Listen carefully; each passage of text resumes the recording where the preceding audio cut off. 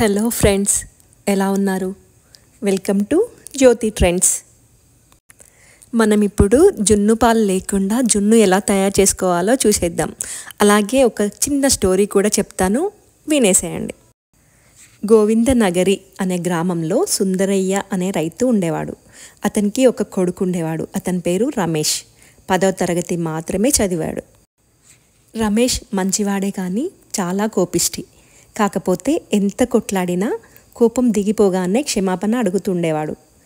రమేష్ రోజు ఇలా గొడవలు తెస్తుండడంతో సుందరయ్య అతన్ని గట్టిగా మందలించాడు.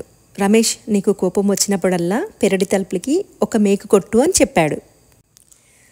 రమేష్ ఆ తర్వాతి రోజు నుంచే మేకులు కొట్టడం మొదలుపెట్టాడు. రాను రాను ఆ మేకులతో తలుపంతా అందవిహీనంగా కనిపించసాగింది. ఓ రోజు సుందరయ్య రమేష్కి అది చూపించి, ఈ మేకులతో తలుపు చూడటానికి అసహ్యంగా ఉంది కదా, నువ్వు కోప్పడే కొద్దీ ఎదుటి వాళ్ళకు కూడా నిన్ను అలాగే చూస్తారు అని చెప్పాడు. రమేష్ అప్పుడు అర్థమైంది నాన్న, నన్ను నేను మార్చుకుంటాను అన్నాడు. అప్పుడు సుందరయ్య, మంచిదే, నువ్వు కోపాన్ని నిగ్రహించుకున్న ప్రతిసారి ఒక మేకును తీసేస్తూ ఉండు అన్నాడు. రమేష్ అలాగే తీయడం మొదలుపెట్టాడు. అతను మేకుని తొలగించిన ప్రతి చోట తలుపు పైన ఓ మేరకు చిన్న చిల్లులు పడి ఉండేటి. రమేష్ కోపం తగ్గి మేకులన్నింటినీ తీసేసిన వాటి తాలూకు రంధ్రాలు మాత్రం తలుపు నిండా మిగిలిపోయాయి. అప్పుడు సుందరయ్య రమేష్ భుజం తట్టి, నువ్వు ఎదుటి వాళ్ళపైన కోపం చూపినప్పుడల్లా వాళ్ళ మనసులో నువ్వు ఒక మేకుని దించినట్టే. ఆ తర్వాత చెప్పే క్షమాపణ కొట్టిన మేకుని తీయడం లాంటిది. నువ్వెంత నిజాయితీగా శ్రద్ధగా మేకుని తీసేసాయా అక్కడ ఆ రంధ్రం అనేది ఏర్పడుతుంది కదా, ఎదుటి వాళ్ళ మనసు పైన కూడా ఇలాంటి చిల్లు ఒకటి మిగిలిపోతుంది. నువ్వు మాట్లాడే మాటలకి, నువ్వు కోప్పడే తిట్లకి వాళ్ళకి కూడా ఇలాంటి బాధ కలుగుతుంది. కాబట్టి ఎవరిని అనవసరంగా కోప్పడకు అని చెప్పాడు సుందరయ్య. ఆ సుందరయ్య మాటల్లోని నిజాన్ని గ్రహించిన రమేష్ మరెప్పుడు ఇతరుల మీద కోపాన్ని ప్రదర్శించడం మానేసుకున్నాడు. అలా రమేష్కి సుందరయ్య చాలా మంచి గొప్ప పాఠం నేర్పించాడన్నమాట. మీలో కూడా ఎంతమందికి కోపం వస్తుందో మీరు కూడా ఇలా ట్రై చేయండి, తెలుస్తుంది ఆ బాధ ఏంటన్నది. ఓకే, ఇప్పుడు మనం చేసిన ఈ రెసిపీకి కావాల్సిన పదార్థాలు ఏంటో తెలుసుకుందాం. జున్ను పాలు లేకుండా తయారు చేసే ఈ రెసిపీకి ఏంటంటే చైనా గ్రాస్ అని దొరుకుతుందండి ఆన్లైన్లో.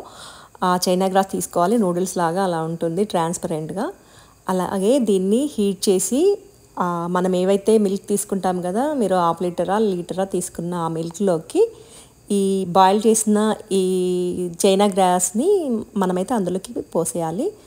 అప్పుడు కాసేపు కలయబెట్టిన తర్వాత కొంచెం చల్లారినాక మనం ఫ్రీజర్లో పెట్టేస్తే ఆటోమేటిక్గా మీకు జున్నులాగా వస్తుంది. టేస్ట్ కూడా చాలా బాగుంది.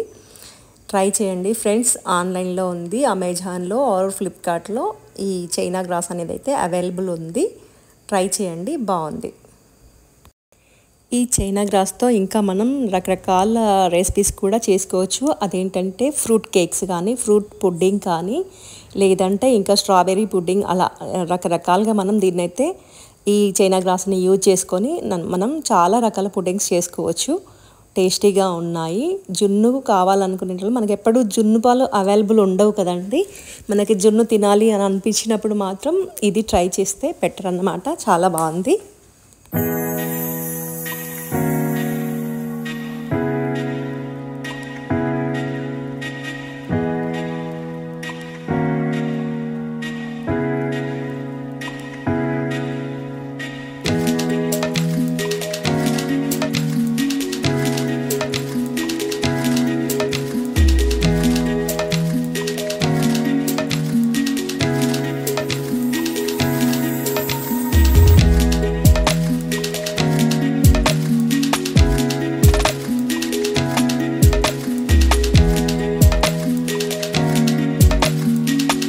ఫస్ట్ టైం నా ఛానల్ని విజిట్ చేసిన వారు ఎవరైనా ఉంటే కంపల్సరీ సబ్స్క్రైబ్ చేసుకోండి. అలాగే నేను పెట్టే ఈ వీడియోస్ని చూస్తూ సపోర్ట్ చేయండి. ఇంకా ఈ వీడియో కనుక మీకు నచ్చినట్టయితే లైక్ చేయండి, షేర్ చేయండి, సబ్స్క్రైబ్ చేయండి. Thank you friends.